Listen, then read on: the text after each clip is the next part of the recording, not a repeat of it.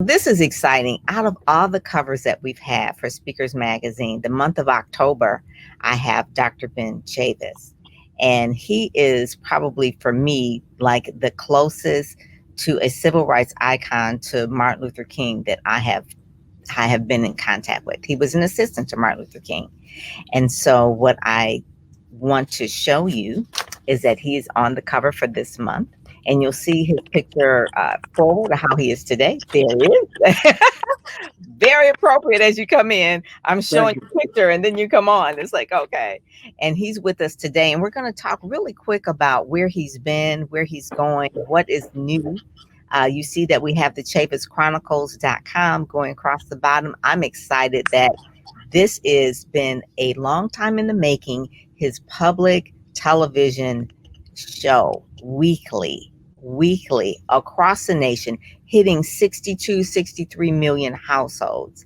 And the message that he really is, what we're talking about in Speakers Magazine, is that he's been on the front line as a social justice freedom fighter. Actually, he's out of state right now, meeting with people about police brutality in another state, always on the front line, meeting with ministers.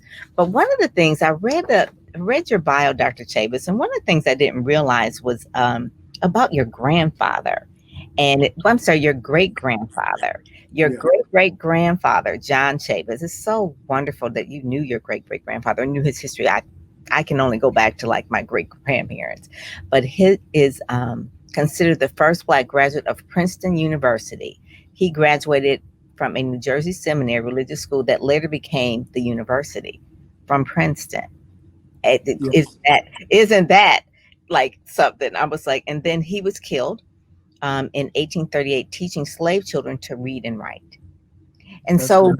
Dr. Chavis, you've been doing this work, and then he's part of the Wilmington 10, which he served a 10-year sentence because he was wrongfully convicted of arson, doing civil rights work. He was working as it was one of the oldest of the Wilmington 10. And during that time, when he was actually in prison, he earned his master's degree and came out and still continuing to work. President of NAACP, president of NMPA. But I just want to say thank you. I want to say thank you for your service. Thank you for your humility, your attitude, and continuing to just go forward in every wave of new. In the Million Man March, for being part of helping organize that. The things that you've done, if Martin Luther King were here, he would be just in tears of just all the work that you've done and continuing to do it. I mean, you could have said, well, I'm going to stop at Million Man March. I'll stop at NAACP. I'll stop at, doing it. But no, now you got the show. So tell us what the show is and what that evolution is, what Well, that's thank you about. very much, Pam. And first, let me salute you and thank you for your good work at Speakers Magazine. Mhm. We are honored to be on the October 2020 edition cover story for Speakers Magazine. It's a great publication, and we just want to salute and thank you for your great work. We live in an age that media and information is so vitally important, and particularly Black-owned media. I Mhm. think it's so important that we get our narrative out, our stories out, our truth out, in the midst of so much confusion, so much disinformation, so much misinformation. It's vitally important for African Americans and people of color, not only in the United States, but throughout the world, to not only hear the truth, see the truth, witness the truth, embrace the truth, and move forward. The Chavis Chronicles. We're very pleased that the American Public Television is the distributor for the Chavis Chronicles, abbreviated TCC, Okay. on local public television stations across the country. We refer to them euphorically as the PBS stations. Mhm. In Mhm. Detroit, there where you are, we're on the major PBS station, not only in Detroit, but in East Lansing and other parts of the state of Michigan. And as you cited, we own so far over 100 stations have signed up. We own 68 million households across the United States, all the major media markets, the number one media market, the number two, the number three, the number four, the number five, on down. But to me, It's an opportunity not only to reflect on the course, the progress, yes, the struggles, but also the triumphs of Mm-hmm. the civil rights movement. But more importantly, how what we've learned over the last 50 to 60 years applies to today. And so the Chavis Chronicles is both reflective, but it's also contemporary. Mm-hmm. We're historic, but we're also giving the current pulse of what's happening to Black America and what's happening to people of African descent all over the world.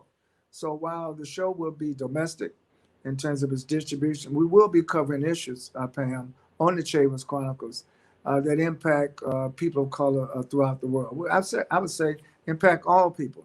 As you know, PBS, an American public television stations have a very diverse constituency. So Mm-hmm. if those 68 million households, more than one person lives in a household by definition. So we're reaching over 100 million people once a week. Actually, we now know from the Courage List it's twice a week because normally they may show the show on a Sunday, then they repeat the same show on a Tuesday or a Thursday. That's right. So we get 2 hits on all of the major stations per week. I'm really excited. It's a half-hour program. It's fast moving, but I would say it's very informative. Mm-hmm. Uh, Show number one, which is on the air right as we speak in various parts of the United States, features Jim Clyburn, Congressman Jim Clyburn from South Carolina. I took a film crew to South Carolina, caught him on location in Columbia, South Carolina, where we discussed the importance of getting out to vote. We Mm-hmm. also talked about the importance of civil rights, his legacy. There's this cameo film in the Chavis Chronicles about him and John Lewis.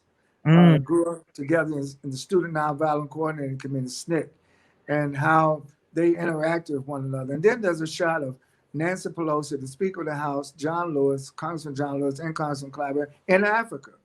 As you know, last year was the 400th anniversary of when slavery commenced in the United States. So a lot of people went back over the last 12 months to Africa, to Ghana. Mm-hmm. And so we talked about that. So it's a real right program. I encourage all the viewers to go to the Chavis Chronicles, go to thechavischronicles.com, Mm-hmm. or we can go to speakersmagazine.com and get a flavor of what we discussed. Also in the first show, we have the distinguished executive director of the Law Enforcement Action Partnership. These are the high-ranking African American law enforcement officials. Some are Mm-hmm. police chiefs, some are police directors, some are commanders in various places. And given all what is going on, Yeah. Pam, we're in the midst of a COVID-19 epidemic. I mean, a pandemic, but we also have an epidemic of systemic racism. And a lot of this systemic racism reflects upon how police and law enforcement interact with Black Americans.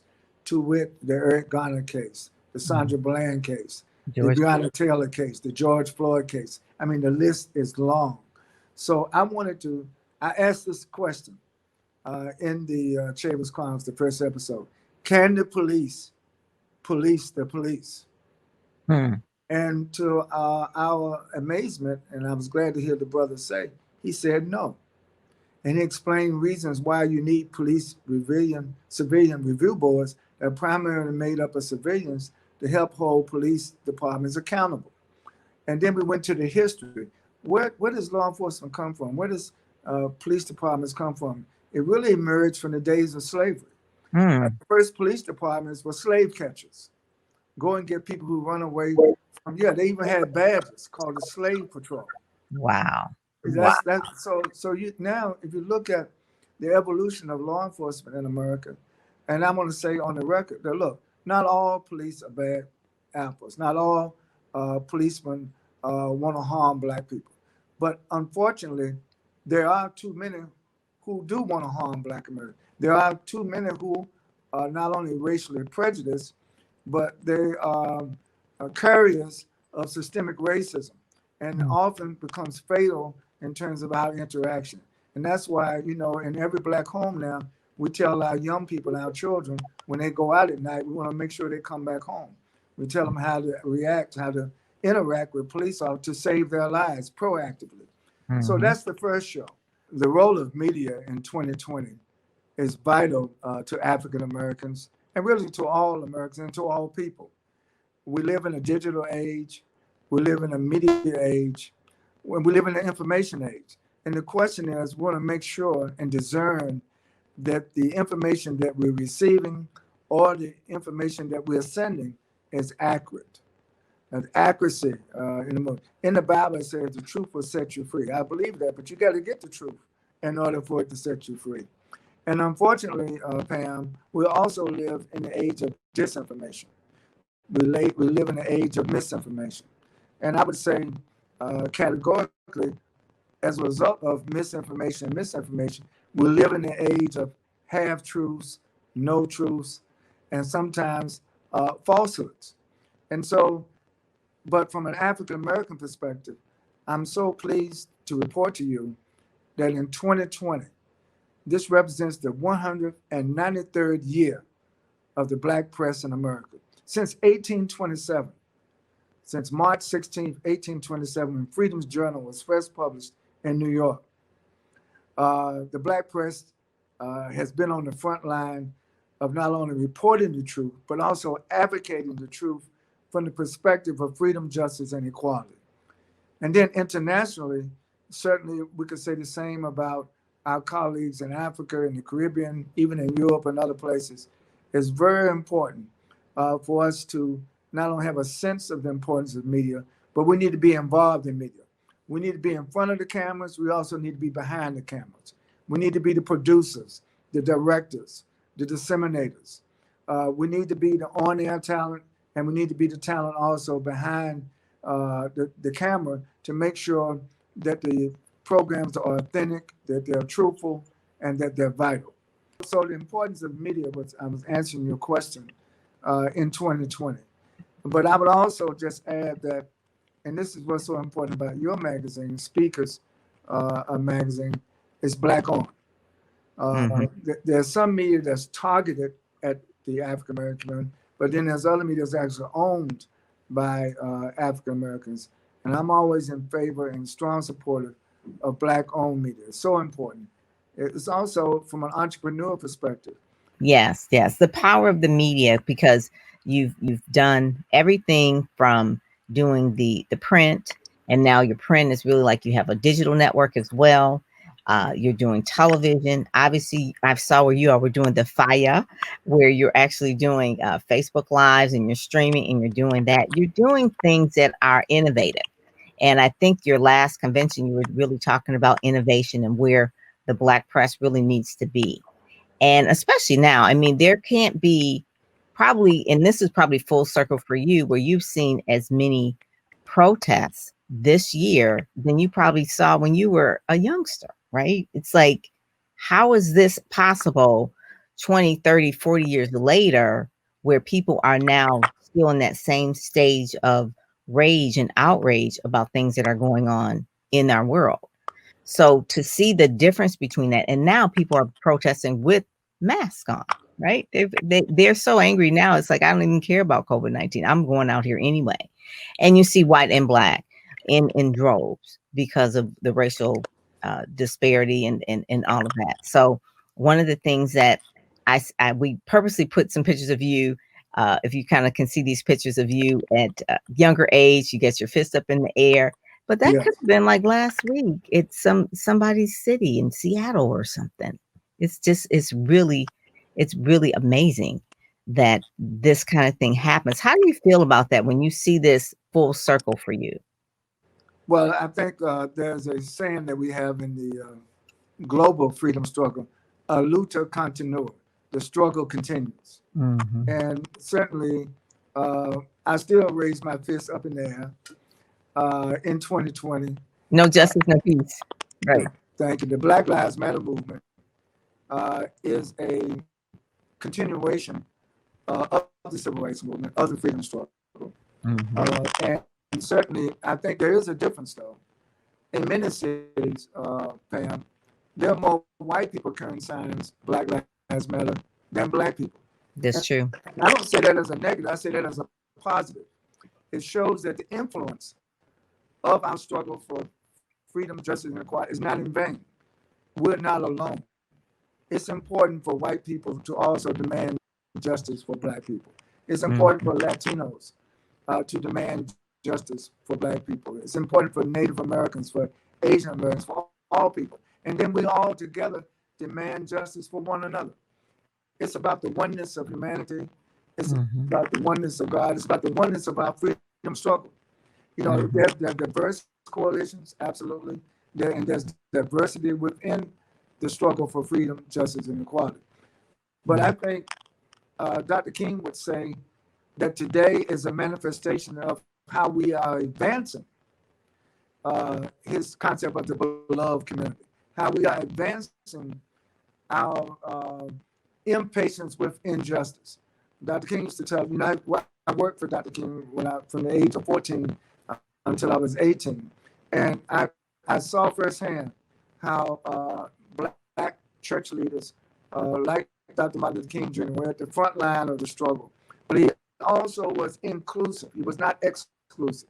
We were always trying to get other people to join us in our marches, to join us in our protests. And that would make what we were doing in the movement. For example, when we struggled for voting rights for black people, it didn't know a benefit for voting rights for women and voting rights for other minorities. Everybody benefits. When black people make progress, the whole of our society makes progress. And that's what the Mhm. movement is about today. So when you see these demonstrations and people, yet still raising their fists in the air in 2020, in wake of George Floyd, or in wake of Brother Jacob Breonna Taylor. Kenosha, or Breonna Taylor in Kentucky, or Sandra Bland in Texas. All these cases, Tamir Rice in Cleveland, Eric Garner in New York. All these cases uh, engender not just our emotions, but it also engenders a sense, well, we got to do something about this. We have to stop this from reoccurring over and over and over again. And we know now today that we need a systemic solution to the systemic problem of racism. A lot of times, people have been in denial about how deep-rooted America's race problem is. Uh, to use another term, I would say this is American apartheid that needs to be dismantled, like we had to Mhm. dismantle apartheid in South Africa. So I'm encouraged, actually, by the witnessing Black Lives Matter. I would encourage, particularly our young people, not only to study our history, but to learn from our history. You don't have to repeat Mhm. history. We should learn from our history. That's it. And really your show, things like that, the Chavis Chronicles, doing things with the NMPA, the National Newspapers and Publishers Association, Speakers Magazine, is really more or less like to train or educate our community. And that's really the whole point of the media, is to really amplify our voices. And I am so glad that you are doing this work. I'm excited to watch the Chavis Chronicles when it comes on in our area. I encourage people to go to the chavischronicles.com to actually sign up to be a part of your network so you can alert people when they're doing it. And then also too, how can people really do and support NNPA more as well? What do they need to do there besides actually supporting the Black press? Well, thank you very much. And I want to say something about our extraordinary producer of the Chavis Chronicle, Clara Wilkerson. Um, we would not be on the air now with over 100 million viewers every week with the Chavis Chronicles on public, local public television stations across the country, on PBS stations, Emmy Award winning. without an experienced, well knowledgeable producer. Claire Wilkinson is that person. She's the Mhm. executive producer of the Chavis Chronicles. And I was so pleased to join with her to host the show, my own show, and to co-produce the show with her. The thing Mhm. is, I think that, and we appreciate your work, Pam, in helping us with all the PR for the Chavis Chronicles. But I would Thank you. say that in general, everyone should be supportive of Black media on radio, on television, on Mhm. print, on digital, on social media. It's Mhm. so vital, vitally Mhm. important. I would encourage everyone to subscribe to the Black Press. Get a Yeah. subscription to Speakers Magazine. Get a subscription to the Michigan Chronicle. Get a subscription to the Baltimore Afro. Get a subscription to the Los Angeles Sentinel. Get a subscription to the Houston Forward Times or the St. Louis American. All great publications. The And Defender. then, Hmm. and then Houston also Defender. send us content. I want to make sure something that James Baldwin told me before he passed. He and I were friends, we were colleagues. He knew the importance of writing. He knew the importance of communicating, telling our story, controlling our narrative. And he Yeah. said to me once, he said, Ben, I need someone to pass my pen to, you know. Mm. And I just want to say that the legacy of James Baldwin is one of our greatest writers, one of our greatest authors. Uh, we need to pass that on to make sure we raise up a new generation of James Baldwin's, of Ralph Ellison's, of Toni Morrison's. We Mm. need strong writers who will stay true to the course, who stay true to the cause of freedom, justice, and equality. And therein, why we should have a reaffirmation then of the value of the Black press, even in 2020, even amidst a pandemic where we are sort of somewhat physically isolated, but through technology, we can interact with one another. And the question is, what are we watching on Netflix? What are the stories? What are the programming? We need to make sure that we have a balance of fiction and nonfiction. We want to make Hmm. sure that we have a balance of things that can help us improve, help us advance the cause of freedom, justice, and equality. And I'm not against entertainment. I'm for entertainment. But I want us to have something to party about. I want us to win some victories. We've suffered some setbacks. We've suffered some losses. Now it's time for us to regain the momentum. And I think that the press and the media, particularly those that focus on issues like the Chavis Chronicles, like the Speakers Magazine, and like the Black press in general, I think these vehicles and these programs and these shows can help keep us on course. Hmm. Thank you. Thank you. That is awesome. I did not know that you and James Baldwin were friends. I mean, Yeah, it's like I want to like just hang out with you because you knew all of the people that I idolize, right? These are the people that history. One other thing I just found out not too long ago, Dr. Bishop Vashti McKenzie was a cover up last year, November, and I didn't realize that her grandfather started the Afro American. that's right, Mr. Murphy. Yes, That's right. I just realized that, and Yeah, that is part of the press, and she went on to actually be in, work in radio, worked in communications, and her daughter actually worked for Essence. So the whole thing about the Black newspapers being that we're standing on those shoulders, the generations of that is amazing, and we do have to inspire the young generation to love the power of the pen. Yeah, we love the power of the mic, but the pen is the thing that really will stay the test of time as exactly. well. Baldwin used to say, the pen is mightier than the sword. Yes, it is. It is. Well, Dr. Chavis, thank you so much for joining us today. This is going to be on the front of the magazine as well as this, so people will be able to click and watch the interview as well. So it's all this multimedia thing. When the internet cooperates, it's beautiful, but whether it does or not, we're going to be good. All right. Well, thank you so much. Very good. God bless you, Pam, and thank you so much for your leadership.